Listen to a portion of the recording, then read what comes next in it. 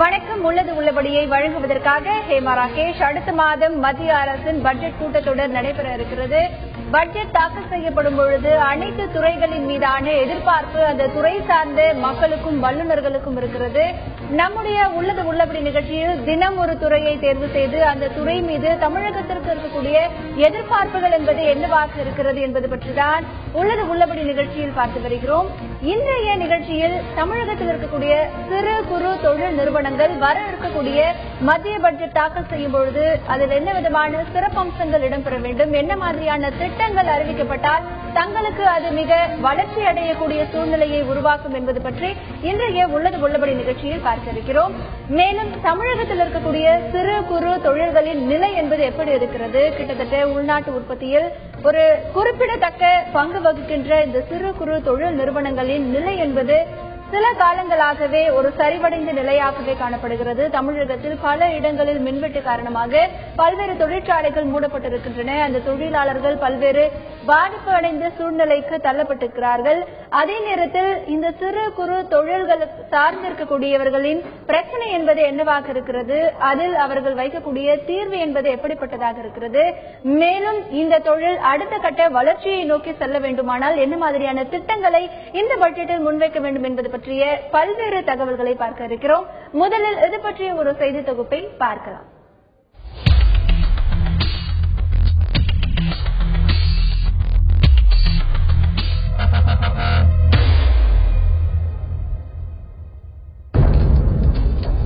கடந்த சில ஆண்டுகளாக தொழில்துறையில் நிலவி வரும் மந்த நிலையால் சிறு குறு தொழில்கள் அதிகமாக பாதிக்கப்பட்டு வருகின்றன. பெரும்பாலான சிறு குறு தொழில் நிறுவனங்கள் பெரிய நிறுவனங்களுக்காக உதிரி பாகங்கள் தயாரித்து வருகின்றன. ஆனால் உதிரி பாகங்களுக்கு உரிய நேரத்தில் பணம் கிடைப்பதில்லை. பெரிய நிறுவனங்கள் 6 மாதங்களுக்கும் மேல் இழுத்தடிக்கின்றன. இதனால் உற்பத்தியை தொடர முடியாமல் தமிழகத்தில் உள்ள 9.5 லட்சம் சிறு குறு நிறுவனங்களில் 3 லட்சம் நிறுவனங்கள் மூடப்பட்டு விட்டதாக புள்ளி விவரங்கள் தெரிவிக்கின்றன. கடந்த 2008 தொழில் ஊக்குவிப்பு திட்டத்தின் ஒரு பகுதியாக மத்திய கலால் வரி சலுகை 8% மாற்றியமைக்கப்பட்டது. தற்போது கலால் வரி 12% உள்ளது. கலால் வரி குறைக்கப்பட வேண்டும் என்றும் ரூபாய் 100 கோடி அல்லது அதற்கு மேற்பட்ட ஆலை மற்றும் இயந்திர முதலீட்டு தொழிற்சாலைகளுக்கு முதலீட்டு உதவித்தொகை வழங்கும் திட்டத்தை குறு சிறு தொழிற்சாலையினருக்கும் நீட்டிக்க வேண்டும் என்ற எதிர்பார்ப்பு உள்ளது. சிறு தொழில் செய்பவர்களுக்கு மற்றொரு முக்கியமான பிரச்சனை தொழில் கடனுக்கான வட்டி விகிதம் அதிகமாக இருப்பது. மேலும் தற்போது ரூபாய் 10 லட்சமாக உள்ள சிறு தொழில் செய்பவர்களுக்கான சேவை வரி வரம்பு உயர்த்தப்படாவிட்டால் அவர்கள் மேலும் பாதிப்புக்கு உள்ளாவார்கள் என்றும் கூறப்படுகிறது. சிறு தொழில் செய்பவர்களிடமிருந்து கொள்முதல் செய்யும் சதவிகிதத்தை அதிகரித்தால் மட்டுமே தொழில் முனைவோர் வளர்ச்சி பெறுவார்கள் என்று கூறுகின்றனர் சிறு குறு தொழில் நிறுவனத்தினர். சமீப காலமாக மின்வெட்டால் பல இடங்களில் உற்பத்தி இல்லாமல் நிதி நெருக்கடியில் சிக்கியுள்ள குறுந்தொழில்களை காப்பாற்ற சிறப்பு நிதி ஒதுக்கீடு செய்ய வேண்டும். அரசுடைமை வங்கிகளில் குறுந்தொழில் முனைவோர் பெற்ற கடனை திருப்பிச் செலுத்த 3 ஆண்டுகள் கால நீட்டிப்பு அளிக்க வேண்டும் போன்ற கோரிக்கைகளும் முக்கியத்துவம் பெற்றுள்ளன. மீட்சி பெறுமா சிறு குறு தொழில் நிறுவனங்கள்?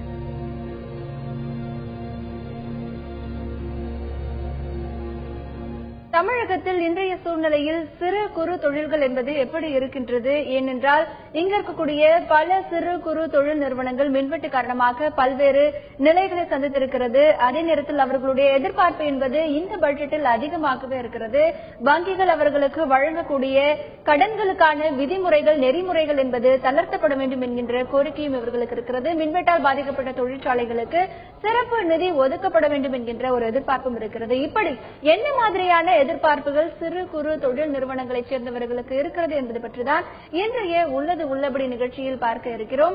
இன்றைய உள்ளது உள்ளபடி நிகழ்ச்சியில் பங்கேற்று தன்னுடைய கருத்துக்களை பதிவு செய்வதற்காக பல்வேறு விருந்தினர்கள் நம்முடைய தமிழகத்தில் இருக்கக்கூடிய பல செய்தி அரங்குகளுக்கு வருகை தந்திருக்கிறார்கள். முதலில் மதுரையில் மடிச்சி அமைப்பைச் சேர்ந்த திரு மணிமாறன் நம்முடைய இந்த நிகழ்ச்சியில் தன்னுடைய கருத்தை பதிவு செய்ய வந்திருக்கிறார். மேலும் திருச்சி செய்தி அரங்கில் டிடிசியா அமைப்பைச் சேர்ந்த ராஜ் ருபேரா தம்முடைய கருத்தை பதிவு செய்ய காத்திருக்கிறார். அடுத்ததாக கோவையில் காட்மா அமைப்பைச் சேர்ந்த திரு ரவிக்குமார் தன்னுடைய கருத்தை பதிவு செய்வதற்காக கோவை செய்தி அரங்கிற்கு வந்திருக்கிறார். இன்றைய உள்ளது உள்ளபடி நிகழ்ச்சியில் வர இருக்கக்கூடிய பட்ஜெட்டில் சிறு குறு தொழில் நிறுவனங்களைச் சேர்ந்தவர்களுக்கு என்ன மாதிரியான எதிர்பார்ப்புகள் இருக்கிறது என்பது பற்றி நாம் பல்வேறு கட்ட தகவல்களை பார்க்க இருக்கிறோம். முதலாவதாக சில அடிப்படை விவரங்களை பார்க்கலாம். சிறு குறு தொழில் நிறுவனங்கள் இந்தியாவை பொறுத்தவரை மொத்தமாக 2.6 கோடி நிறுவனங்கள் இருக்கின்றன. மொத்த உற்பத்தி என்று பார்க்கும் பொழுது 8% உற்பத்தி இந்த சிறு குறு நிறுவனங்கள் செய்திருக்கின்றன. ஆண்டுதோறும் உற்பத்தி சதவீத திறன் என்று பார்க்கும் பொழுது 45% இருக்கிறது. கிட்டத்தட்ட பாதி அளவிலான ஒரு சதவீதம். ஏற்றுமதி என்று பார்க்கும் பொழுது 40% ஏற்றுமதி சிறு குறு நிறுவனங்கள் மூலம் இந்தியாவில் நடைபெறுகிறது. மொத்தமுள்ள பணியாளர்கள் என்று பார்க்கும் பொழுது 6 கோடி பணியாளர்கள் இந்தியா முழுமைக்கும் இருக்கிறார்கள். ஆண்டுதோறும் 14,500 கோடி ரூபாய்க்கு வர்த்தகம் நடைபெறுகிறது. மேலும் தமிழகம் என்று பார்க்கும் பொழுது சிறு குறு நிறுவனங்கள் மொத்தமாக 8.44 லட்சம் நிறுவனங்கள் இருக்கின்றன. அதில் இருக்கக்கூடிய பணியாளர்கள் என்று பார்க்கும் பொழுது 58.83 லட்சம் பேர் இந்த சிறு குறு நிறுவனங்களில் பணியாற்றி வருகிறார்கள். தொழில் முதலீடு என்று பார்க்கும் பொழுது தமிழகத்தை பொறுத்தவரை 48,189 கோடி ரூபாய் இருக்கிறது. உற்பத்தி இனங்கள் என்று பார்க்கும் பொழுது 8,000க்கும் மேற்பட்ட பொருட்கள் இங்கே உற்பத்தி செய்யப்படுகின்றன. பொதுத்துறை நிறுவனம் கொள்முதல் செய்யும் பொருட்கள் என்று பார்க்கும் பொழுது 358 வகையான பொருட்களை கொள்முதல் செய்யப்படுகிறது. மேலும் இந்த சிறு குறு நிறுவனங்கள் தயாரிக்கக்கூடிய பொருட்கள் என்னவென்று பார்த்தால் வாகன உதிரி பாகங்கள், ஆயுத ஆடைகள், தோல் சம்பந்தமான பொருட்கள் தயாரிக்கப்படுகின்றன. மின்னணு பொருட்கள் தயாரிக்கப்படுகின்றன. கட்டுமான பொருட்கள், பிளாஸ்டிக் மற்றும் ரப்பர் சார்ந்த பல்வேறு பொருட்கள் தயாரிக்கப்படுகின்றன. அதற்கு அடுத்தபடியாக இப்பொழுது இருக்கக்கூடிய சூழ்நிலையில் இந்த சிறு குறு தொழில் நிறுவனங்களுடைய எதிர்பார்ப்புகள் என்பது எப்படி இருக்கிறது என்பதை பார்க்கலாம். இவர்களுக்கு தடையில்லா மின்சாரம் வழங்கப்பட வேண்டும் என்கின்ற ஒரு கோரிக்கை இருக்கிறது. இவர்களுக்கு கடன் கொடுக்கக்கூடிய வங்கி அதனுடைய விதிமுறைகளை தளர்த்த வேண்டும் என்கின்ற கோரிக்கையும் இவர்களிடத்தில் இருக்கிறது. மேலும் கொள்முதல் விகிதத்தை அதிகரிக்க வேண்டும். தற்பொழுது குறைந்த சதவீதமாக கொள்முதல் விகிதம் இருக்கிறது. மேலும் தொழில் கடனுக்கான வட்டியை குறைக்க வேண்டும். அப்பொழுதுதான் நசிவடைந்த இந்த தொழில் மேம்படைய செய்ய முடியும் என்கிற ஒரு கருத்தும் இவர்களிடத்தில் இருக்கிறது. சேவை வரி உச்சவரம்பை உயர்த்த வேண்டும் என்கின்ற கோரிக்கையும் இருக்கிறது. மேலும் பல எதிர்பார்ப்புகள் இவர்களிடத்தில் இருக்கின்றன. தொழிற்பேட்டைகள், அதாவது தமிழகத்தில் இருக்கக்கூடிய தொழில் வளர்ச்சி அடைந்திருக்கக்கூடிய மாவட்டங்களில் தொழில் பேட்டைகள் உருவாக்கப்பட வேண்டும். மேலும் ஏற்றுமதியை மேம்படுத்த நடவடிக்கை எடுக்க வேண்டும். தற்போது இருக்கக்கூடிய சூழ்நிலையில் 40% இருக்கிறது. மேலும் தமிழகத்தில் கடந்த சில ஆண்டுகளாகவே மின்வெட்டால் பாதிக்கப்பட்ட நிறுவனங்களுக்கு சிறப்பு நிதி ஒதுக்கீடு வழங்கப்பட வேண்டும். மேலும் கலால் வரியை குறைக்க வேண்டும் என்கின்ற ஒரு எதிர்பார்ப்பும் இவர்களிடத்தில் இருக்கிறது. சிறு குறு தொழில் நிறுவனங்கள் என்று பார்க்கும் பொழுது பல்வேறு வகையான எதிர்பார்ப்புகள் இருக்கிறது. வர இருக்கக்கூடிய பட்ஜெட்டில் இந்த எதிர்பார்ப்புகள் எல்லாம் இருந்தால் இந்த தொழில் மீண்டும் அடுத்த கட்ட வளர்ச்சியை நோக்கி செல்லக்கூடிய வாய்ப்புகள் இருக்கிறது. மேலும் இவர்கள் வைக்கக்கூடிய கருத்துக்கள் என்பது என்னவாக இருக்கிறது என்பது பற்றி இன்றைய நிகழ்ச்சியில் பார்க்க இருக்கிறோம். முதலாவதாக கோவையில் இருக்கக்கூடிய காட்மா அமைப்பைச் சேர்ந்த திரு ரவிக்குமார் அவர்களிடத்தில் பேசலாம். வணக்கம் திரு ரவிக்குமார். இன்றைக்கு தமிழகத்தை பொறுத்த வரைக்கும் சிறு குறு தொழில் நிறுவனங்களோட நிலை என்பது எப்படி இருக்கு?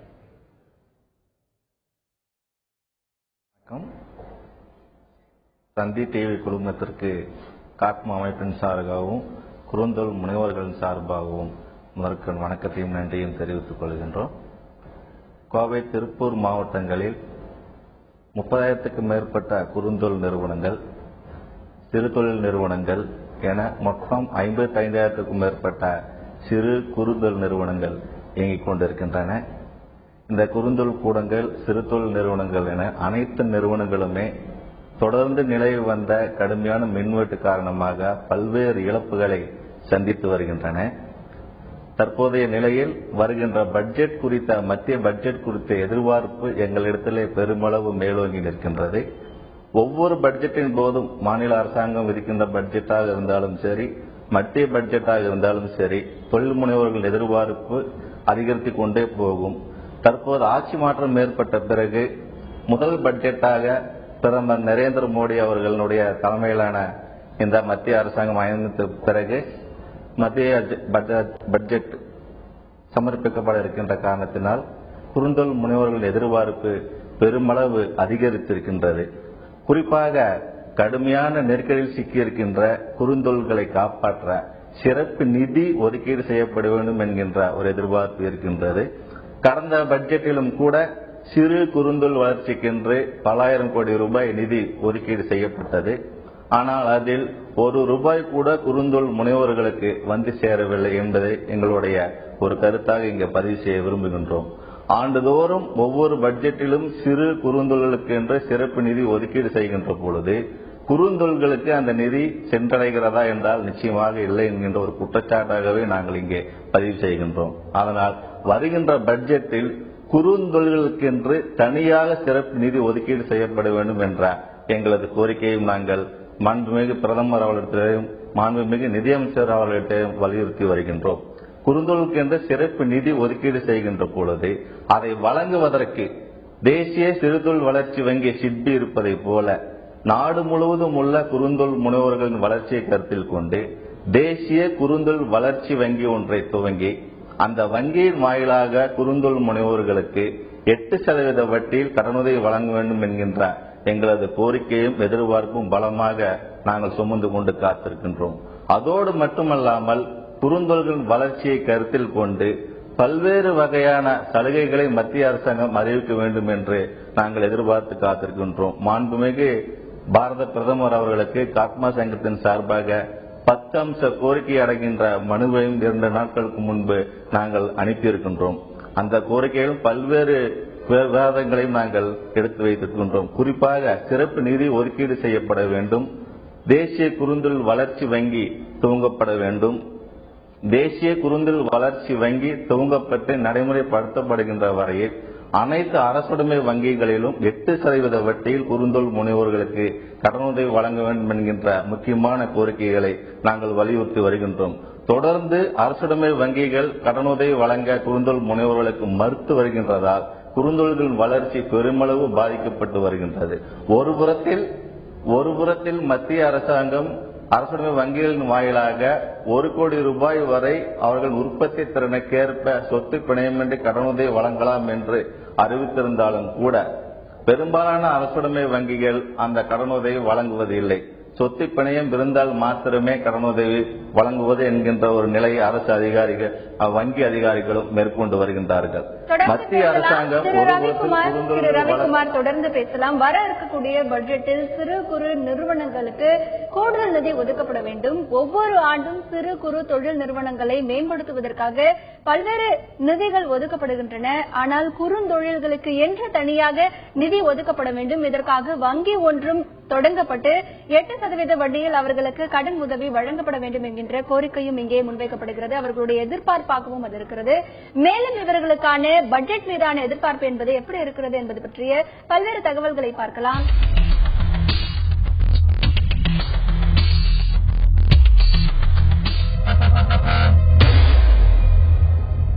வர இருக்கக்கூடிய மத்திய அரசின் பட்ஜெட் மீதான எதிர்பார்ப்புகள், அதாவது சிறு குறு தொழில் நிறுவனங்களைச் சேர்ந்தவர்களுக்கு எதிர்பார்ப்புகள் என்பது எப்படி இருக்கிறது? என்ன மாதிரியான திட்டங்களை அறிவித்தால் இவர்களுடைய தொழில் வளர்ச்சிக்கு அது முதன்மையானதாக இருக்கும் என்பது பற்றி இன்றைய நிகழ்ச்சியில் பார்த்து வருகிறோம். இந்த துறை சார்ந்த பல வல்லுநர்கள் தங்களுடைய எதிர்பார்ப்புகளையும் தங்களுடைய கருத்துக்களையும் இந்த நிகழ்ச்சியில் பதிவு செய்து வருகிறார்கள். தற்பொழுது சென்னை செய்தியரங்கில் தன்னுடைய கருத்தை பதிவு செய்ய வந்திருக்கிறார் தமிழ்நாடு சிறு குறு தொழில் நிறுவனங்களுடைய மாநில பொருளாளர் திரு மாரியப்பன். திரு மாரியப்பன் அவர்களிடத்தில் பேசலாம். வணக்கம் சார். இப்போ சிறு குறு தொழிலாளர்களுடைய நிலை எப்படி இருக்கு அப்படிங்கறத பத்தி ரவிக்குமார் சார் ரொம்பவே நல்லா சொன்னாரு.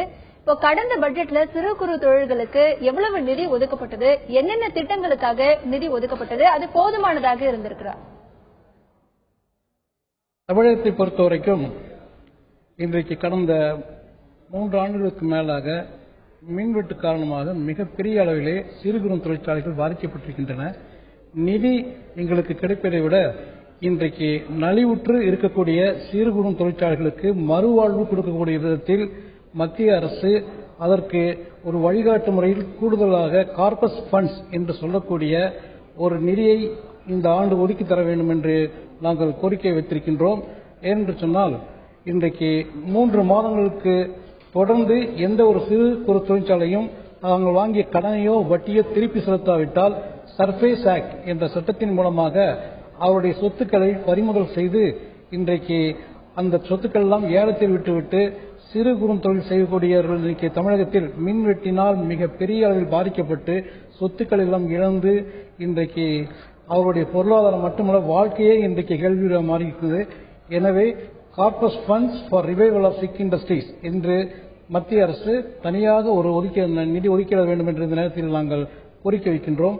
இதற்கு முன்பு நிதியமைச்சராக இருந்தவர் தமிழகத்தை சார்ந்தவர் இருந்தாலும் நாங்கள் பல கோரிக்கைகள் வைத்தபோது அதற்கு எதுவுமே தமிழகத்திற்கு அவர்கள் செய்து கொடுக்கவில்லை என்ற வருத்தத்தையும் நான் இந்த நேரத்திலே பதிவு செய்ய கடமைப்பட்டிருக்கின்றேன். தற்போது எக்ஸைஸ் டியூட்டி 1.5 கோடியாக இருக்கின்றது. அதை 5 கோடியாக உயர்த்தி தர வேண்டும். எங்களுக்கு அவர்கள் கூடுதலாக நிதி ஒதுக்கி தராவிட்டாலும் எங்களுக்கு இருக்கக்கூடிய பல சிரமங்களை இன்றைக்கு சர்வீஸ் டாக்ஸ் அதே போல டிடிஎஸ் இவையெல்லாம் மிகப்பெரிய அளவில் எங்களுக்கு பாதிப்பை கொடுக்கின்றன.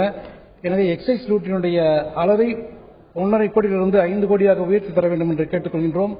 ஜிஎஸ்டி என்று சொல்லக்கூடிய வரியை ஒருமுனை வரியாக இந்தியா முழுவதும் அவர்கள் இன்றைக்கு 14% மேற்படாமல் மத்திய மாநில அரசு இரண்டும் அவற்றை பங்கீடு செய்து கொள்ளக்கூடிய விதத்தில் அந்த ஜிஎஸ்டி வரியை உடனடியாக அமல்படுத்த வேண்டும் என்று நாங்கள் கோரிக்கை வைக்கின்றோம். இன்கம் டாக்ஸ் தற்போது சிறு குறு தொழிற்சாலைகள் 30% நாங்கள் செலுத்தி வருகின்றோம்.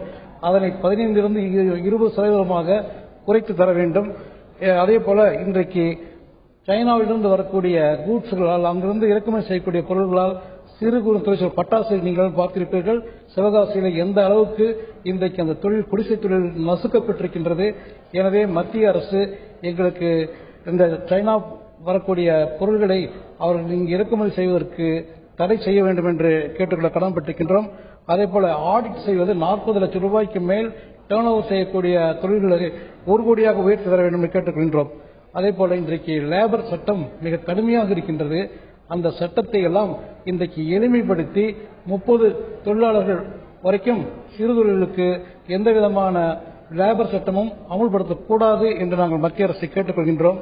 இன்றைக்கு பேங்க் பற்றி எனக்கு முன்பு பேசிய நண்பர்கள் குறிப்பிட்டார்கள். ஏற்கனவே small industries development bank of India சிறு தொழிலுக்காகவே சிறு வளர்ச்சிக்காகவே ஒரு வங்கி கடந்த 15 ஆண்டுகளுக்கு முன்பு ஆரம்பிக்கப்பட்டு செயல்பட்டு வருகின்றது. அந்த வங்கியின் மூலமாக நேரடியாக சிறு தொழிலுக்கு தேவைப்படக்கூடிய நிதியினை கொடுப்பதற்கு இந்த அரசாங்கம் நடவடிக்கை எடுத்தால் அது எங்களுக்கு மிக பிரயோஜனமாக இருக்கும். தொடர்ந்து பேசலாம் திரு மாரியப்பன். சிறு குறு தொழில் நிறுவனங்களுக்கு பல்வேறு விதமான எதிர்பார்ப்புகள் இருக்கிறது. மேலும் இவர்களுக்கு ஜிஎஸ்டி வரியை அமல்படுத்த வேண்டும் என்கின்ற ஒரு கோரிக்கை இங்கே முன்வைக்கப்படுகிறது. அதே நேரத்தில் லேபர் சட்டத்தில் இருக்கக்கூடிய விதிமுறைகளை தளர்த்தப்பட வேண்டும் என்கின்ற ஒரு கருத்தும் இங்கே முன்வைக்கப்படுகிறது. திருச்சியில் இருக்கும் திரு ராஜ் ருபேரா அவர்களிடத்தில் கேட்கலாம். வணக்கம் திரு ராஜ் ருபேரா. தொழில் நிறுவனங்களுக்கான கடன்கள் கொடுக்கும் பொழுது வங்கிகள் சரியான விதிமுறைகளை பின்பற்றுவதில்லை அப்படிங்கிற ஒரு குற்றச்சாட்டு இருக்கு. சிறு குறு தொழில் நிறுவனங்களுக்காக வங்கிகள் விதிக்கக்கூடிய விதிமுறைகள்லாம் என்ன, நீங்கள் எதிர்பார்க்கக்கூடிய விஷயங்கள் வங்கிகளிடத்துல என்னவாக இருக்கு சொல்லுங்க.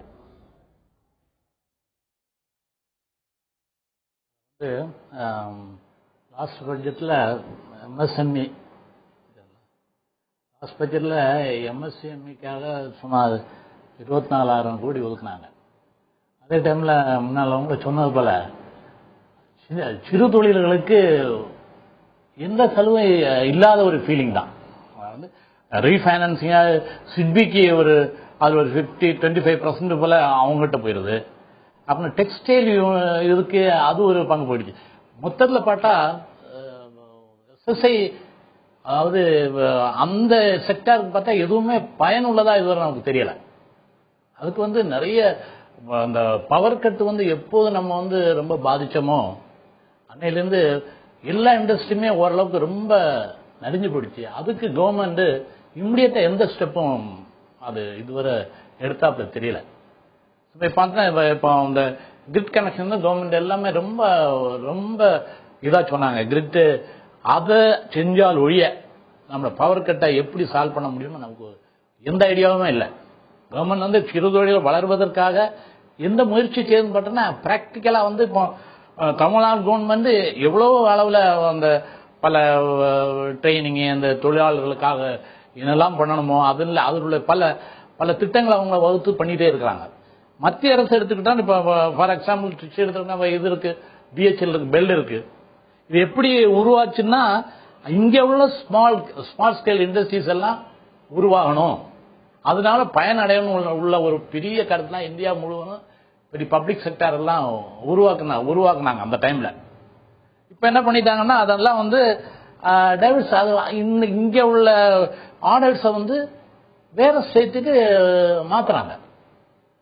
பப்ளிக் செக்டார் எந்த ஒரு கருத்துல நம்ம ஸ்டார்ட் பண்ணமோ அந்த இது இப்ப வந்து அதை கடைபிடிக்க முடியாம பப்ளிக் செக்டார்ல உள்ள ஆஃப்லோடிங் அங்கே இருக்கக்கூடிய சிறு தொழில்கள், அதாவது துணை தொழில்களுக்கெல்லாம் வேலை இல்லாத நிலைமையில அவங்க பாலிசியே மாறிடுது. அதாவது அங்க வரக்கூடிய ஆர்டர்ஸ் ஒரு ஃபார் எக்ஸாம்பிள் திருச்சிக்கு பெல்லுக்கு வரக்கூடிய ஆர்டர்ஸ் இது போல பப்ளிக் செக்டார் இந்தியா முழுவதும் இருக்கு. இங்க உள்ள ஆர்டர்ஸ ஏன் மற்ற ஸ்டேட்டுக்கு மாத்தணும்? அதனால சுமார் ஒரு 500 இண்டஸ்ட்ரீஸ் பாதிச்சு போயிருக்கு. ஏதாச்சும் ஒரு காவாஸ் இண்டஸ்ட்ரி க்ளோஸ் பண்ணிட்டாங்க. பப்ளிக் செக்டாருடைய காப்பாற்ற வேண்டிய ஒரு மத்திய நிறுவனம் அது வந்து நலிஞ்சு போறதுக்கு எப்படி அது விடுறாங்கன்னு நமக்கு ஆச்சரியமா இருக்கு. இப்படி நலிஞ்சு போயிட்டு இருக்கும்போது தொடர்ந்து பேசலாம். சிறு குறு தொழில் நிறுவனங்களுக்கான எதிர்பார்ப்புகள் என்பது பல்வேறு வகையான எதிர்பார்ப்புகளாக இருக்கிறது. கொள்முதல் செய்யக்கூடிய விகிதத்தை அதிகப்படுத்த வேண்டும் என்கின்ற கருத்து இங்கே முன்வைக்கப்படுகிறது. மேலும் இந்த அந்நிய நிறுவனங்கள் சில்லறை வர்த்தகத்தில் ஈடுபடும் பொழுது நம் நாட்டில் இருக்கக்கூடிய சிறு குறு தொழில் நிறுவனங்களிடமிருந்து 40% பொருட்களை உற்பத்தி செய்ய வேண்டும் என்று விதி கூறுகிறது. ஆனால் பல நிறுவனங்கள் அதை செயல்படுத்தவில்லை என்கின்ற ஒரு குற்றச்சாட்டும் இவர்களிடத்தில் இருக்கிறது. மதுரையில் மடிட்சே அமைப்பைச் சேர்ந்த திரு மணிமாறன் இருக்கிறார். அவரிடத்தில் கேட்கலாம். வணக்கம் திரு மணிமாறன். இப்ப இருக்கக்கூடிய சூழ்நிலையில இந்த சிறு குறு தொழில்கள்ல உதிரி பாகங்களை செய்வதற்கான மூலப்பொருட்களுக்கான விலையேற்றம் என்பது அதிகமா இருக்கு. ஒரு பொருளை வாங்கி அதை செஞ்சு சந்தைப்படுத்தும் பொழுது விலையேற்றம் காரணமாக பல்வேறு பாதிப்புகளையும் சந்திக்க வேண்டியிருக்கு. இப்போ இதை கட்டுப்படுத்தணும் அப்படின்னா பட்ஜெட்ல என்ன விதமான அறிவிப்புகளை நீங்க எதிர்பார்க்கறீங்க, சொல்லுங்க. வணக்கம்மா. தந்தி டிவிக்கு எங்களுடைய மடிசாமி சார் நன்றினை தெரிவித்துக் கொள்கிறோம். எங்களுடைய எதிர்பார்ப்பு வந்து இப்ப நீங்க சொல்றீங்க அந்த உதிரி பாகங்கள், அதாவது ரா மெட்டீரியல்ஸ்க்காக, அதாவது முதவே நண்பர் சொன்னாரு நிறைய பினிஷ்டு குட்ஸ் சீனால இருந்து இறக்குமதி செய்யப்படுறதுனால நம்ம உள்நாட்டு உற்பத்திக்கு வந்து பாதிப்பு வருது, இதுக்கு வந்து பாதுகாப்பு இல்லைன்னு. இப்ப நாங்க கேட்கறது என்னன்னா வெளிநாடுகள்ல இருந்து பினிஷ்டு குட்ஸ், அதாவது ஒரு உற்பத்தி செய்யப்பட்ட பொருளை இறக்குமதி செய்வதற்கு பதிலாக அந்த ரா மெட்டீரியல்ஸ் அந்த மூலப்பொருட்களை வெளிநாட்டிலிருந்து நாம இறக்குமதி செய்வதற்கு மத்திய அரசு வந்து அதை இப்பொழுது வந்து அனுமதிக்க வேண்டும். அதாவது அது வந்து அதற்கு வந்து இறக்குமதி வரி, கஸ்டம்ஸ் டியூட்டி வந்து மிக குறைவாக இருக்க வேண்டும். குறிப்பாக வந்து மைக்ரோ அண்ட் ஸ்மால் குறு மற்றும் சிறு தொழில்களுக்கு அந்த மாதிரி ஒரு திட்டம் கொண்டு வரணும். அதே மாதிரி இந்தியாவிலிருந்து கண்டிப்பாக மூலப்பொருட்களை ஏற்றுமதிக்க அனுமதிக்கவே கூடாது.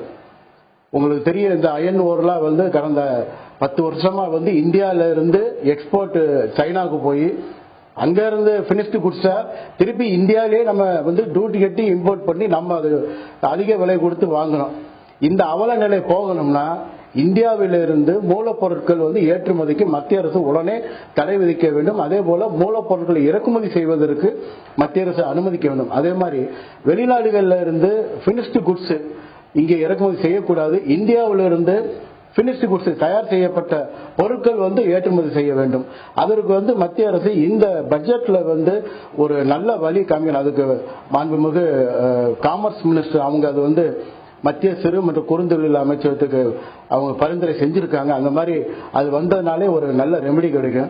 ஏற்கனவே நண்பர்கள்லாம் சொல்லியிருக்காங்க அந்த பேங்க் நாம்ஸ் இப்ப சொன்னீங்க. அதாவது இன்னைக்கு வந்து ரிசர்வ் பேங்க் வந்து 1 கோடி ரூபாய் வரைக்கும் அதாவது சிஜிடிஎம்எஸ்சின்னு சொல்லுவாங்க, கிரெடிட் கேரண்டி ஃபண்ட் ட்ரஸ்ட் ஸ்கீம்ல வந்து செக்யூரிட்டி இல்லாம கொடுக்கலாம். ஆனா எந்த வங்கி தான் கொடுக்கறாங்க? யாருமே கொடுக்கறதில்ல. செக்யூரிட்டி இல்லாம யாரும் கொடுக்கறதில்ல. இதை வந்து தனியா அவங்க வந்து கவனித்து அதை கண்டிப்பாக கொடுக்கப்பட வேண்டும் என்று இன்சிஸ்ட் பண்ணணும்.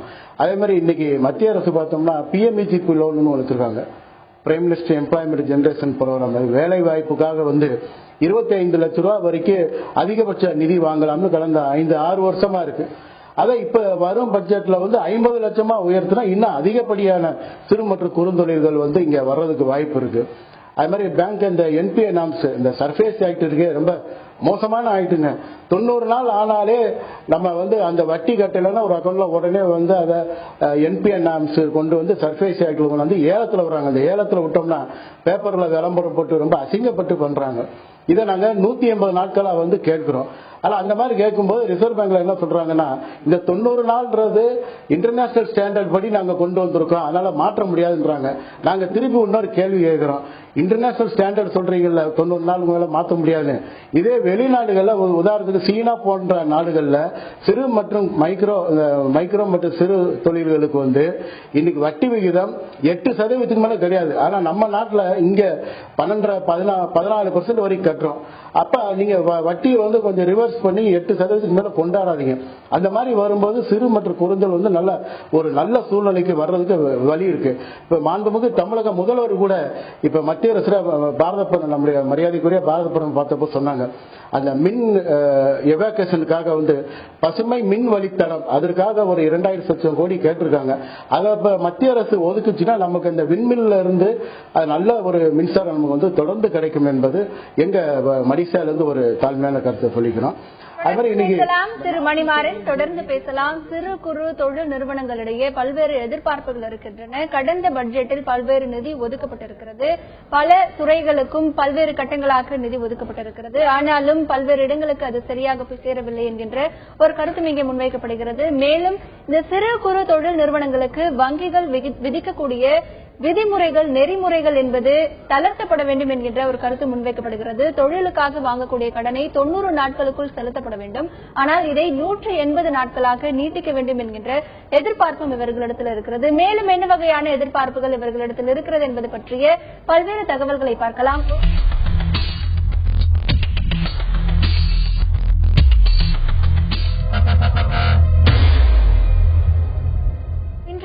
உள்ளபடி நிகழ்ச்சியில் வர இருக்கக்கூடிய மத்திய அரசு பட்ஜெட்டில் தமிழகத்தில் இருக்கக்கூடிய சிறு குறு தொழில்களுக்கான எதிர்பார்ப்புகள் என்பது எப்படி இருக்கிறது, என்ன மாதிரியான திட்டங்கள் இங்கே நிறைவேற்றப்பட வேண்டும் என்பதை பற்றி தான் இந்த நிகழ்ச்சியில் பார்த்து வருகிறோம். மாரியப்பன் சார், இப்போ சிறு குறு தொழில்களுடைய நிலை எப்படி இருக்கு, வங்கிகளுக்கான இந்த நெறிமுறைகள் எப்படி இருக்கு அப்படிங்கறத நிறைய விஷயங்களை பார்த்தோம். இப்ப இந்த சிறு குறு தொழில்களை பொறுத்த வரைக்கும் மற்ற மாநிலங்களை ஒப்பிடும் பொழுது தமிழகத்திலே இந்த நிலை என்பது எப்படி இருக்கிறது, மற்ற மாநிலங்கள்ல சிறு குறு தொழில்களுக்கான நிலை என்பது எப்படி இருக்கு? நான் மிக மகிழ்ச்சியோடு என்னுடைய 3 ஆண்டுகளுக்கு முன்பு நடந்த சம்பவத்தை இங்கு பதிவு செய்ய விரும்புகின்றேன். குஜராத் மாநில அரசினுடைய அழைப்பின் பேரில் சேலத்திலிருந்து 20 தொழிலதிபர்களை அழைத்துக் கொண்டு 10 நாட்கள் குஜராத் முழுவதும் நாங்கள் சுற்றுப்பயணம் செய்தோம். அப்போது அந்த மாநிலத்தில் சிறு குறு தொழில்களுக்காக இன்றைய பிரதமர் மாண்புமிகு நரேந்திர மோடி அவர்கள் கொடுத்திருந்த சிறப்பு அம்சங்கள் இந்தியாவில் எந்த மாநிலத்திலுமே கிடையாது என்றுதான் சொல்ல வேண்டும். அங்கு பிளக் அண்ட் பிளே என்ற ஒரு திட்டத்தை அமல்படுத்தியிருக்கின்றார்கள். தொழில்பேட்டையில் அங்கு நிலங்களை தொழில் முனைகள் கொடுக்கின்ற போது அவர்கள் அங்கு மிக சிறந்த முறையில் பிளக் அண்ட் பிளே என்று சொன்னால் ஒரு உடனடிய நிலத்தை அவர்களுக்கு ஒதுக்கீடு செய்த மறுநாளே மின்சாரம் பெறுவதற்கு ஏற்பாடு செய்திருக்கின்றார்கள். குடிநீர் கிடைக்க ஏற்பாடு செய்திருக்கின்றார்கள். எஃப்ளூயன்ஸ் கழிவுநீர்களை போடுவதற்கு. இதுபோல யாரும் எதற்காகவும் லைசன்ஸ் தேடி அலைய வேண்டிய நிலைகளே கிடையாது. அதே போல ஒரு தொழிலதிபர் ஏதாவது ஒரு நிலத்தை தொழிற்சாலையாக மாற்றுவதற்கு அவர்கள் transfer of land, category of land கேட்டால் மாவட்ட ஆட்சித்தலைவர் விண்ணப்பித்த நாளிலிருந்து 30 நாட்களுக்குள் அவருக்கு அந்த அனுமதியை கொடுப்பதற்கு குஜராத் அரசு அங்கு சட்டத்தை தீர்த்திருக்கின்றார்கள். 30 நாட்களுக்குள் மாவட்ட ஆட்சித்தலைவர் அந்த நிலத்தை அந்த மாறுதல் உத்தரவு கொடுக்காவிட்டால் 45 நாட்களுக்குள் மாநில முதன்மை செயலாளர் கொடுக்கின்றார்கள். 45 நாட்களுக்கு மீறினால் முதல்வனுடைய அலுவலகமே அதற்கு உத்தரவுகளை பிறப்பிக்கின்றார்கள். இந்தியாவில் எந்த மாநிலத்திலும் இல்லாத அளவிற்கு அங்கு இண்டஸ்ட்ரியல் டெவலப்மெண்ட் எக்ஸ்டென்ஷன் பெரு இண்டெக்ஸ் டிபி என்ற ஒரு அமைப்பை உருவாக்கி இருக்கின்றார்கள். அந்த மாநிலத்தில் இதுவரைக்கும் லாக் அவுட் இல்லை என்று சொல்கின்றார்கள். முதலாளி தொழிலாளிகளுக்கு இடையே எந்த விதமான கருத்து வேறுபாடுகள் வந்தாலும் அவற்றை உடனே தீர்க்கின்றார்கள். அதே போல அங்கு ஒரு வாரத்தில் அவர்களுக்கு மானிய தொகையை அரசு வழங்குகின்றது. ஆனால் இங்கு மற்ற மாநிலங்களில் மிகப்பெரிய அளவிலே நாம் காத்திருக்க வேண்டியிருக்கின்றது. அதே போல நாங்கள் ஒரு 45 நிமிடம் முதல்வரிடம் நாங்கள் பேசிக் கொண்டிருந்தோம். அவர்கள் பல்வேறு திட்டங்களை எல்லாம் சிறு தொழிலுக்காக எந்த அளவிற்கு அந்த அரசு செய்து வருகின்றது பார்க்கின்ற போது இன்றைக்கு இந்தியாவிலே குஜராத் மாநிலத்தில் சிறு குறு தொழிற்சாலைகள் என்ன வசதிகளை இன்றைய பிரதமர் அவர் முதல்வராக இருந்தபோது செய்து கொடுத்தார்களோ அதனை செய்து கொடுத்தாலே போதும் இந்தியா அனைத்து மாநிலங்களுமே முதன்மை இடத்திற்கு வந்துவிடும். தொடர்ந்து பேசலாம் திரு மாரியப்பன். கோவையில் இருக்கும் திரு ரவிக்குமார் அவர்களிடத்தில் பேசலாம். திரு ரவிக்குமார், இப்போ கோவையில் இருக்கக்கூடிய சிறு குறு தொழிற்சாலைகள் மின்வெட்டால் அதிகம் பாதிக்கப்பட்டிருக்கு. மின்வெட்டால் பாதிக்கப்பட்ட தொழிற்சாலைகளுக்கு சிறப்பு நிதி ஒதுக்கீடு வழங்கணும் அப்படிங்கிற ஒரு எதிர்பார்ப்பும் இருக்கு. அப்போ இதுல உங்களுடைய எதிர்பார்ப்பு என்பது எப்படி இருக்கு? சிறப்பு நிதி ஒதுக்கீடு செய்யப்பட வேண்டும் என்கின்ற ஒரு எதிர்பார்ப்பு இருக்கின்றது. அதோடு மட்டுமின்றி கடுமையான மின்வெட்டு காரணங்களால் குறுந்தொழில் கூடங்களில் ஜாப்பாளர்கள் பற்றாக்குறை பெருமளவு நிலவி வருகின்றது. மின்வெட்டு தற்பொழுது 90% நீங்கியிருந்தாலும் கூட ஜாப்பாளர்கள் பற்றாக்குறையால் இப்பொழுதும் கூட 50% அளவுக்கு உற்பத்தி இழப்பை குறுந்தொழில் கூடங்கள் இங்கே சந்தித்து வருகின்றோம். மின்வெட்டு காலங்களில் நாங்கள் ஜாப்பாளர்களை முழுமையாக நிறைவு செய்து கொடுக்க முடியாத காரணத்தினால் ஜாப்பாளர்கள் பல்வேறு வெளி மாநிலங்களுக்கு சென்று விட்டன. தற்போது மின்வெட்டு குறைந்திருந்தாலும் கூட ஜாப்பாளர்கள் இல்லாமல் இழப்புகளை குறுந்தொழில் முனைவர்கள் இங்கே சந்தித்துக் கொண்டு வருகின்றார்கள். இந்த நிலையை போக்குவதற்காக மத்திய அரசும் மாநில அரசும் குறுந்தொழில் முனைவோர்களுக்கு உதவ வேண்டும் என்கின்ற எங்களுடைய கோரிக்கையை நாங்கள் வலியுறுத்தி வருகின்றோம். குறிப்பாக திருச்சியிலே உள்ள பெல் தொழிற்சாலை போல, சென்னை வட்டாரத்தில் இருக்கின்ற மத்திய அரசாங்கத்தின் பொதுத்துறை தொழிற்சாலைகளைப் போல, சேலத்தில் இருக்கின்ற மத்திய அரசாங்கத்தின் பொதுத்துறை தொழிற்சாலை போல கோவை திருப்பூர் மாவட்டங்களின் தொழில் வளர்ச்சியை கருத்தில் கொண்டு மத்திய அரசாங்கத்தின் பொதுத்துறை தொழிற்சாலை ஒன்று இந்த வட்டாரத்தில் துவங்க வேண்டும் என்கின்ற எங்களது கோரிக்கையை நாங்கள் பதிவு செய்ய வருகின்றோம். அவ்வாறு செய்கின்ற போது நிலையற்ற நிலையில் இருக்கின்ற ஜாப்பாளர்கள் தற்போது ஓரளவுக்காவது நிலையாக கிடைக்க வாய்ப்புகள் இருக்கின்றது என்று நாங்கள் எதிர்பார்க்கின்றோம். தனியார் நிறுவனங்களை சார்ந்து நாங்கள் இயங்கிக் கொண்டிருக்கின்றோம்.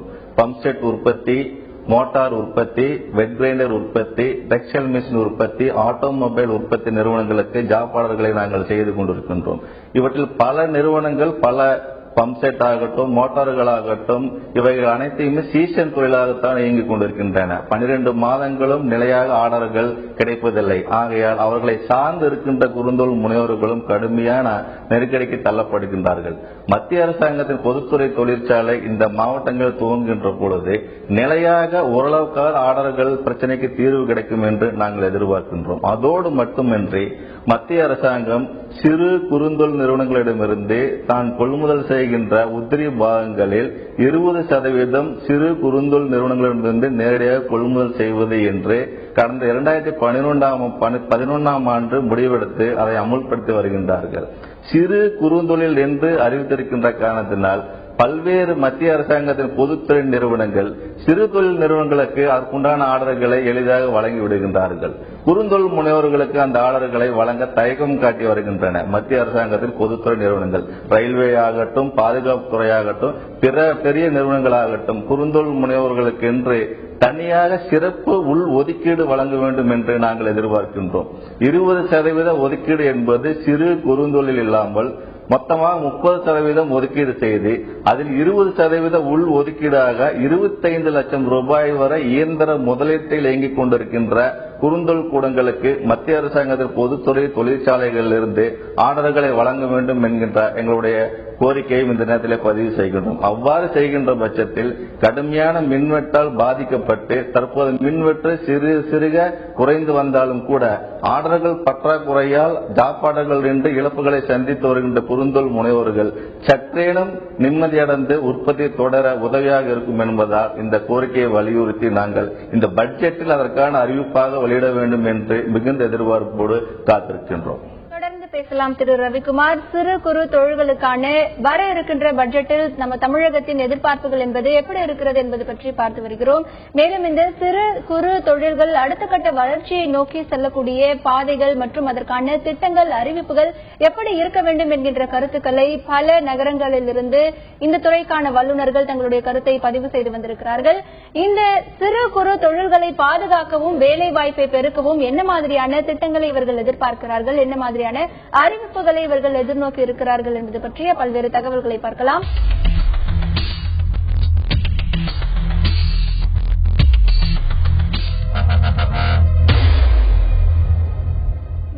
இருக்கக்கூடிய பட்ஜெட்டில் தமிழகத்தில் இருக்கக்கூடிய சிறு குறு தொழில் நிறுவனங்களுக்கான எதிர்பார்ப்புகள் என்பது எப்படி இருக்கிறது என்பது பற்றி இந்த நிகழ்ச்சியில் பார்த்து வருகிறோம். மதுரையில் இருக்கும் திரு மணிமாறன் அவர்களிடத்தில் கேட்கலாம். திரு மணிமாறன், தமிழகத்தில் இருக்கக்கூடிய சிறு குறு தொழில்கள் கடந்த சில ஆண்டுகளாகவே நசிவடைஞ்சு நிறைய பேர் வேலைக்கு போயிட்டாங்க. இந்த சூழ்நிலையில இந்த தொழிலை வேலை வாய்ப்பை பெருக்கவும் இந்த தொழிலை பாதுகாக்கவும் என்ன மாதிரியான அறிவிப்புகளை நீங்க எதிர்பார்க்கறீங்க? அதாவது கடந்த 2008 இருந்து மின்வெட்டு ரொம்ப அதிகமா இருந்தது. இப்ப கடந்த ஒரு 6 மாதமா அந்த அளவுக்கு இல்ல. ஆனா முதல் மைக்ரேஷன் ஆகி போயிருக்காங்க. அந்த மின்வெட்டு நேரத்துல மதுரையிலே பார்த்தோம்னா மதுரையில இருந்து திருப்பூர், கோவை, அது போக கொஞ்சம் வட மாவட்டங்களுக்கெல்லாம் போயிருக்காங்க. ஆனா இன்று அந்த சூழ்நிலை கொஞ்சம் மாறி வருது. இப்ப எல்லாம் நாங்க இங்க 24 hours பவர் இருக்கு, நீங்க வாங்க அப்படின்றோம். அப்படி இருந்தாலுமே ஒரு கேள்விக்குறி இருக்கதான் செய்யுது. இப்ப மின்வெட்டு இல்லைனாலும் தொடர்ந்து கிடைக்குமா அப்படி, ஏன்னா திடீர்னு 1 hour 2 hour போகுதுன்றதுக்கு. அதுக்குதான் மாநில அரசு இப்ப நாங்க இடையில கூட பேசினப்ப கண்டினியூஸ் பவர் கொடுக்கறதுக்காக தான் அந்த எவாக்குவேஷன் இன்னைக்கு அந்த இதுல காற்றாலையில நல்லா மின்சாரம் வருது. அதை மின் கடத்துவதற்கு வழித்தடம் இல்லாதனாலதான் இதா இருக்கு. அதெல்லாம் வந்ததுன்னா சரியா எல்லாம் இன்னொரு 3 மாசம் சரியா என்ன நம்ம சிஎம் அனௌன்ஸ் பண்ண மாதிரி எல்லா ஸ்கீம் வந்ததுனால இப்ப இதா இருக்கு. இருப்பினும் ஏற்கனவே நிறைய பேர் சிக்கா இருக்காங்க. அந்த மின்வெட்டு காலத்துல ரொம்ப பேர் சிக்கா இருக்காங்க. அதை கொஞ்சம் ரிஹாபிலிட்டேஷன் பண்ண வேண்டியது இருக்கு. இதை நாங்க ஒரு ஸ்பெஷல் பேக்கேஜ் மாதிரியே நாங்க கேட்டிருக்கோம். பாரத ரிசர்வ் வங்கியிலேயே நாங்க கேட்டிருக்கோம். அந்த மாதிரி பாதிக்கப்பட்ட யூனிட் மட்டும் நீங்க ஒரு சர்வே எடுத்து கம்ப்ளீட்டா இன்ஸ்பெக்ஷன் பண்ணி அவங்களுக்கு எந்த மாதிரியான ரெமெடி, உதாரணத்துக்கு அந்த டேம் லோன் இருக்கிறத ஒரு ரீஷெட்யூல் பண்ணி மீண்டும் ஒரு 6 வருடத்துக்கு அதை எக்ஸ்டெண்ட் பண்ணி கொடுக்கலாம். அது மாதிரி வட்டி விகிதத்தை ஏற்கனவே அதிகமா போட்டு வந்திருக்காங்க, அதெல்லாம் தள்ளுபடி செஞ்சு ஒரு நியாயமான ரேட்ல கொடுத்தாங்கன்னா நிச்சயம் அது வரும். நிச்சயம் வருங்காலத்துல தமிழகம் ஒரு தொழில் வளர்ச்சியில ஒரு பெரிய இடத்தை தான் பிடிக்கும். ஆனா அதுக்கு மத்திய அரசு என்ன செய்ய வேண்டியது இப்ப அவர் சொன்னார், கோவை நண்பர் சொன்னாரு. அதே மாதிரி தென் மாவட்டத்துல பார்த்தோம்னா இன்னைக்கு திருச்சியை தாண்டி இந்த பக்கம் திருச்சி பிஹெச்இல கூட வேற மத்திய அரசு பெரிய நிறுவனங்களே இல்ல. நாங்க கேட்கறது இன்னைக்கு மதுரை தூத்துக்குடி இண்டஸ்ட்ரி காரிடாரை அனௌன்ஸ் பண்ணிட்டாங்க. ஏன் இங்க ஒரு ராணுவ உதிரிப்பாக தயாரிக்கிற ஒரு பெரிய நிறுவனம் இப்ப சென்னைன்னு எடுத்துட்டோம்னா ஆவடியில HVF இருக்கு, ஹெவி வெஹிக்கிள்ஸ் ஃபேக்டரி இருக்கு, இன்ஜின் ஃபேக்டரி இருக்கு, ராணுவ அந்த தளவாடங்களை உற்பத்தி செய்யறது. அதை தென் மாவட்டத்துக்கு கொண்டு வாங்க. மதுரை அருகில் இங்கே நிறுவனீங்கன்னா தென் மாவட்டத்தில் இருக்கிற அனைத்து சிறு மற்றும் குறுந்தொழில் கண்டிப்பா அதனால பயன்பெறும். அதனால லார்ஜ் ஸ்கேல் இண்டஸ்ட்ரி இந்த பிஹெச்இஎல் மாதிரி பெரும் பெரிய இண்டஸ்ட்ரீஸ் தென் மாவட்டங்கள்ல வந்ததுன்னா நிச்சயம் இப்ப நல்ல நார்த்து வடக்கையும் சரி மேற்கு மாவட்டமும் ஓரளவு வந்த மாதிரி தென் மாவட்டமும் நல்லா டெவலப் ஆகும். இன்னைக்கு உள்ள சூழ்நிலையில நாங்க அதெல்லாம் ரொம்ப ஆர்வமா நாங்க எதிர்பார்க்கிறோம். இப்ப வருகின்ற 3ஆம் தேதி கூட மத்திய சிறு மற்றும் குறுந்தொழில் அமைச்சர் பட்ஜெட்டுக்கு முன்னாடி எங்களை அழைத்திருக்கிறார்கள். நாங்களும் இந்த டான்சியா தலைவர் எல்லாம் நாங்க போறோம். அப்ப இதெல்லாம் நாங்க இன்சிஸ்ட் பண்ண போறோம். முக்கியமா நாங்க சொல்லணும்னா அந்த சென்ட்ரல் எக்ஸைஸ் லிமிட் எங்க திரு மாரியப்பன் சொன்னாங்க, தாய் சங்கத்தோட பொருளாளர், 1.5 கோடி ரூபாய், அதாவது கலால் வரி விலக்கு உச்சவரம்பு 1.5 கோடின்றது இப்ப இருக்கிற நம்முடைய பாரத ஜனாதிபதி திரு பிரணாப் முகர்ஜி அவர்கள் 10 வருஷத்துக்கு முன்னாடி கொண்டாந்தது. இன்னைக்கு அப்படி இருக்குன்னா 10 வருஷத்துக்கு முன்னாடி அயன் அண்ட் ஸ்டீல் கிலோ 15 ரூபாய் வித்துதுங்க. இன்னைக்கு அந்த 1.5 இன்னைக்கு கிட்டத்தட்ட அயன் அண்ட் ஸ்டீல் 45 ரூபா 50 ரூபா விற்குது. அப்ப 3 மடங்கு உயர்ந்திருக்கும் போது 5 கோடியை கொண்டாடணும். கடந்த 10 வருடமா கடந்த பீரியட்ல ஆட்சியில சிறு மற்றும் குறுந்தொழில்களை கவனிக்கவே இல்லை, கவனிக்காத இருந்தது. ஆக இப்ப இந்த அரசாங்கம் நிச்சயம் திரு நரேந்திர மோடி அவர்களின் அரசாங்கம் எங்களுக்கு ஒரு நல்லது செய்யுன்ற ஒரு நம்பிக்கையில தான் இன்னைக்கு நாங்க எதிர்பார்த்திருக்கோம். வர 3ஆம் தேதி எங்களோட கோரிக்கைகளை மீண்டும் அவங்கள்ட்ட நாங்க சொல்றதுக்காக போறோம். தொடர்ந்து பேசலாம் திரு மணிமாறன். சிறு குறு தொழில்களுக்கான எதிர்பார்ப்புகள் என்பது அதிகமாகவே இருக்கிறது. திருச்சியில் இருக்கும் திரு ராஜ் ருபேரா அவர்களிடத்தில் கேட்கலாம்.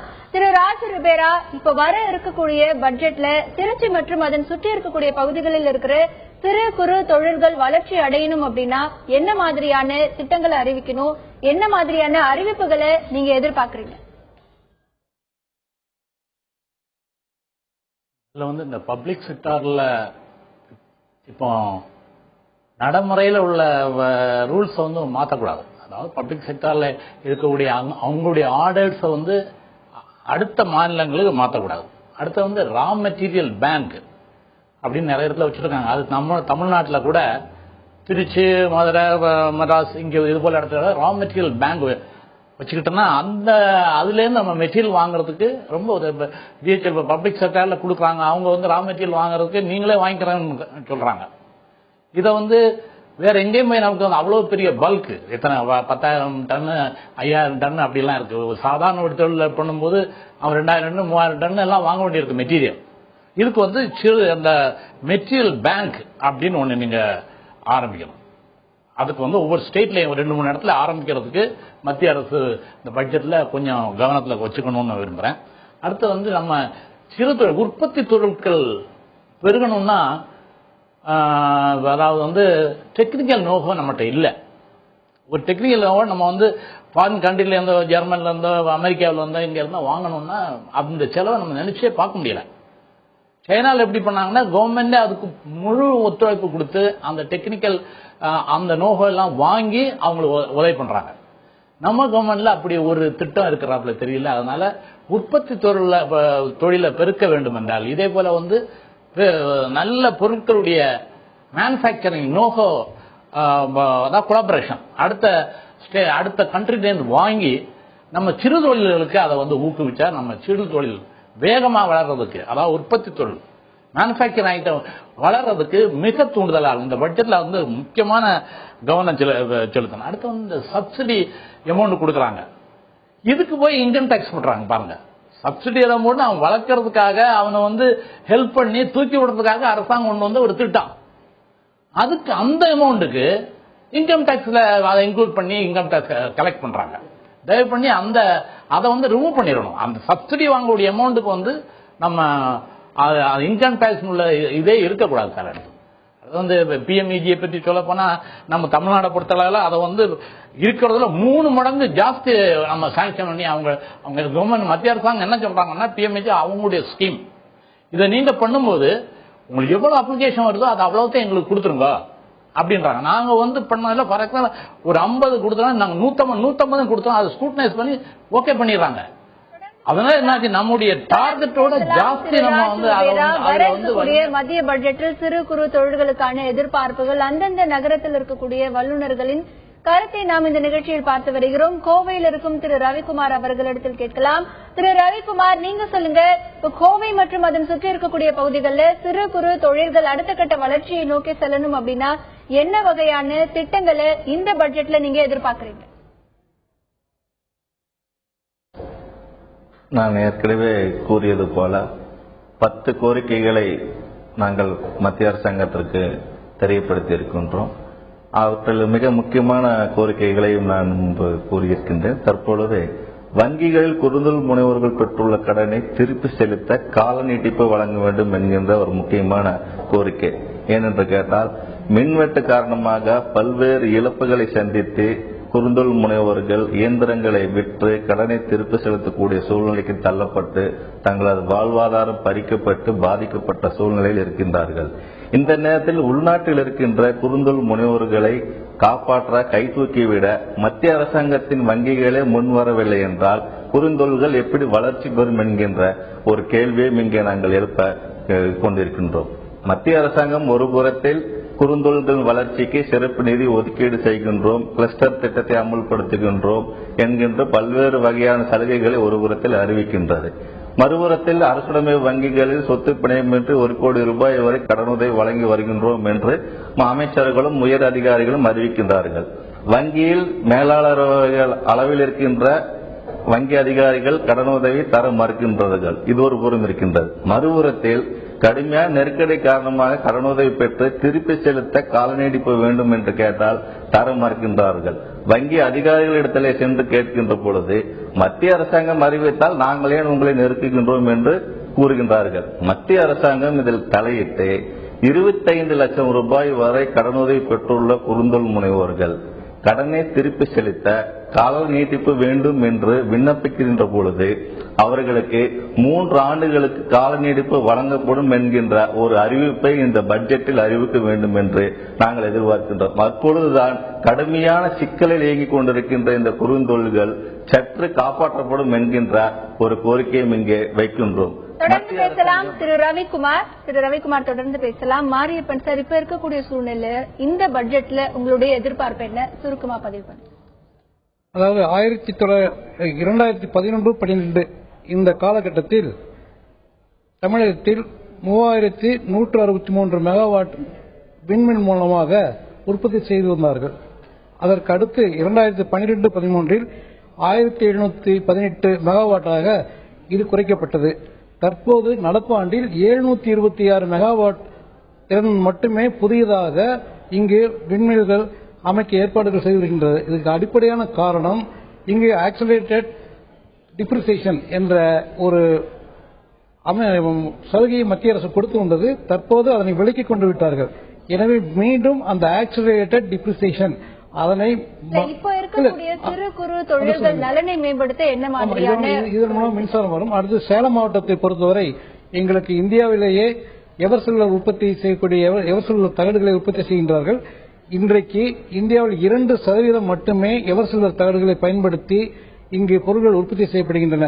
சேலத்தை ஒரு எவர்சில்வர் ஹப்பாக மாற்ற வேண்டும். கடந்த முறை தற்போதைய பாரத பிரதமர் அவர்கள் சேலத்திற்கு வந்தபோது தேர்தல் நேரத்தில் வாக்குறுதி கொடுத்திருக்கின்றார்கள். சேலம் இரும்பாலையில் பல புதிய தொழிற்சாலைகளை கொண்டு வர முடியும் என்று சொல்லியிருக்கின்றார்கள். எனவே அங்கு இது இந்தியாவில் இருக்கக்கூடிய எல்லா ஸ்டீல் இரும்பாலைகளிலும் அங்கு சிறு குறு தொழிற்சாலைகளுக்காக ஆயிரக்கணக்கான ஏக்கர் நிலம் ஒதுக்கப்பட்டிருக்கின்றது. ஆனால் சேலத்தில் 2500 ஏக்கர் நிலம் காலியாக இருந்தும் சேலம் இரும்பாலை நிர்வாகம் அந்த நிலத்தை எங்களுக்கு ஒதுக்கித்தர மறுக்கின்றார்கள். எனவே சேலம் விரிவாக வேண்டும் என்று சொன்னால் எங்களுக்கு அங்கு ஒரு தொழிற்பேட்டையை அமைத்து தர வேண்டும் என்ற கோரிக்கையை நாங்கள் வைக்கின்றோம். சிவகாசி மற்றும் கோவில்பட்டி, சாத்தூர், கழுகுமலை, சங்கரன் கோயில் இந்த பகுதிகளில் இருக்கக்கூடிய மேட்ச் பாக்ஸ் தீப்பெட்டி தொழிற்சாலைகள் எல்லாம் அவர்கள் கஸ்டம்ஸ் டியூட்டி கட்ட முடியாமல் மிக குடிசை தொழில்கள் அவர்களால் பெரிய நிறுவனம் போட்டி போட முடியவில்லை. எனவே அவர்களுக்கு முழுமையாக கஸ்டம்ஸ் டியூட்டியிலிருந்து விலக்கு அளிக்க வேண்டும் என்று தமிழ்நாடு சிறுதொழில் சங்கத்தின் சார்பாக நான் கோரிக்கை வைக்கிறேன். தகவல்களுக்கு நன்றி சார். வர இருக்கின்ற பட்ஜெட்டில் சிறு குறு தொழில்களுக்கான எதிர்பார்ப்பு என்பது அதிகமாக இருக்கிறது. சிறு குறு தொழில் நிறுவனங்களுக்கு வழங்கக்கூடிய கடனை வங்கி வசூல் செய்யும் பொழுது 90 நாட்கள் தான் தற்பொழுது விதிமுறை விதிக்கப்பட்டிருக்கிறது. ஆனால் 180 நாட்கள் வரை கால அவகாசம் வேண்டும் என்கின்ற கோரிக்கை இங்கே முன்வைக்கப்படுகிறது. மேலும் இவர்களுடைய சென்ட்ரல் எக்ஸைஸ் வரி என்பது 5 கோடி வரை இவர்கள் கேட்கிறார்கள். மூலப்பொருட்கள் தற்பொழுது விலை ஏற்றம் காரணத்தினால் அதை சந்தைப்படுத்துவதில் பல்வேறு பிரச்சனைகள் இருக்கின்றன. இதனால் இறக்குமதி செய்யக்கூடிய மற்ற நாடுகளிலிருந்து இறக்குமதி செய்யக்கூடிய பொருட்களுக்கு அரசு தடை விதிக்க வேண்டும் என்கின்ற கருத்தும் இங்கே முன்வைக்கப்படுகிறது. திறன் மேம்பாட்டை மேம்படுத்துவதற்காகவும் திறன்மிக்க தொழிலாளர்களை உருவாக்குவதற்காகவும் நிதி ஒதுக்கப்படுகிறது. அந்த நிதியை சரியாக செயல்படுத்த வேண்டும் என்கின்ற கோரிக்கை இருக்கிறது. மேலும் மின்வெட்டால் பாதிக்கப்பட்ட சிறு குறு தொழில் நிறுவனங்களுக்கு சிறப்பு நிதி ஒதுக்கீடு வழங்கப்பட வேண்டும் என்கின்ற கோரிக்கையும் இருக்கிறது. தொழில் வளர்ச்சி அடைந்த மாவட்டங்களில், அதாவது தென் மாவட்டங்களில் பல இடங்களில் தொழிற்பேட்டைகள் அமைக்க வேண்டும். பல்வேறு நபர்களுக்கு இதன் மூலம் வேலைவாய்ப்பும் வழங்கப்படும் என்கின்ற அறிவிப்பும் அவர்கள் எதிர்பார்க்கிறார்கள். மேலும் ஏற்றுமதியை மேம்படுத்த பல்வேறு விதமான ஒரு அறிவிப்புகளை இந்த பட்ஜெட்டில் சிறு குறு தொழில் நிறுவனங்களைச் சேர்ந்தவர்கள் இந்த பட்ஜெட்டில் பல்வேறு விதமான எதிர்பார்ப்புகளுக்கு ஆளாகி இருக்கிறார்கள். இதற்கான திட்டங்களையும் அரசு அறிவிக்க வேண்டும் என்கின்ற கருத்தும் இங்கே முன்வைத்திருக்கிறார்கள். இந்த நிகழ்ச்சியில் பங்கேற்ற சென்னையில் நமது செய்தியாளர்கள் பங்கேற்ற திரு மாரியப்பன், மதுரையில் பங்கேற்ற திரு மணிமாறன், திருச்சியில் திரு ராஜ் ருபேரா மற்றும் கோவையில் பங்கேற்ற திரு ரவிக்குமார் ஆகியோருக்கு நன்றி. மீண்டும் ஒரு உள்ளது உள்ளபடி நிகழ்ச்சியில் சந்திக்கலாம். இணைந்திருங்கள்.